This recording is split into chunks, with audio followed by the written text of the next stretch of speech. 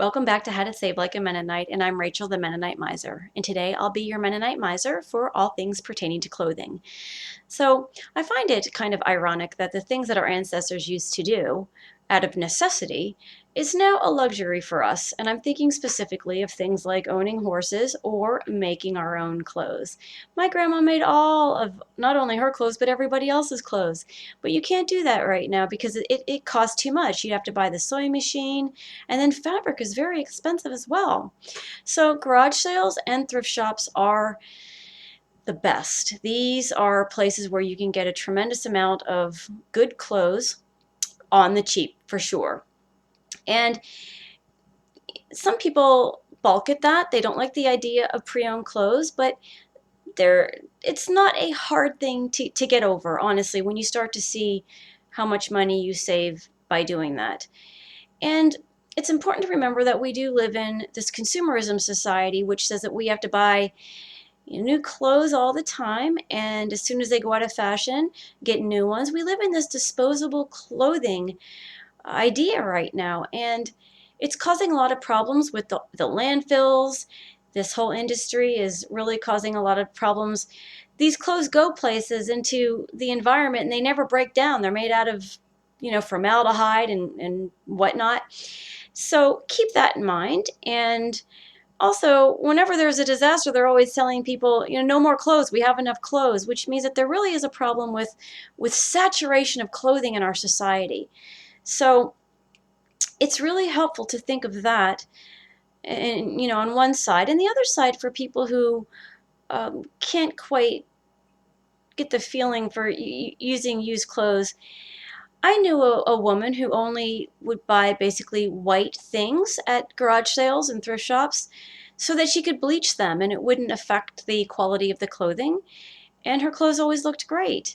She just, that was her way of psychologically getting over that.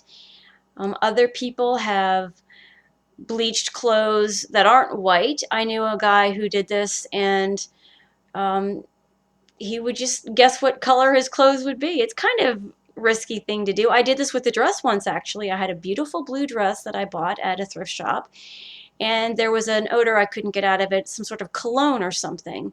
So I decided to try the bleach trick, and it turned into a really deep red. And I actually got compliments on the color of the dress. People were saying how strange and interesting the color was because they'd never seen that color before, and it was a very beautiful kind of red. So sometimes this works out.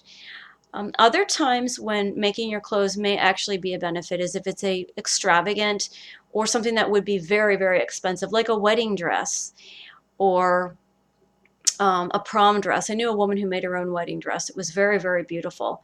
And with prom dresses, if you don't feel comfortable making it completely, you can buy a prom dress. These are generally inexpensive now. And there are even programs where they help kids to get prom dresses. They're very wonderful programs. But if you buy one that's been gently used, and then you can add your own flair to it as well, if you're handy that way, that can also be of a great advantage to a young person going to a prom. And things like baby clothes and stuff like that, I'm going to do a separate video on them because that's a whole different, kids grow so fast, and you can get wonderful things at garage sales. Garage sales are wonderful for baby clothes.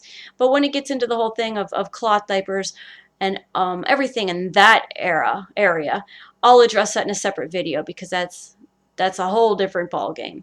So anyway, if you have adjusted to wearing used clothes, go ahead and post how you've done it and tips that you have learned for cheap clothing that you've purchased.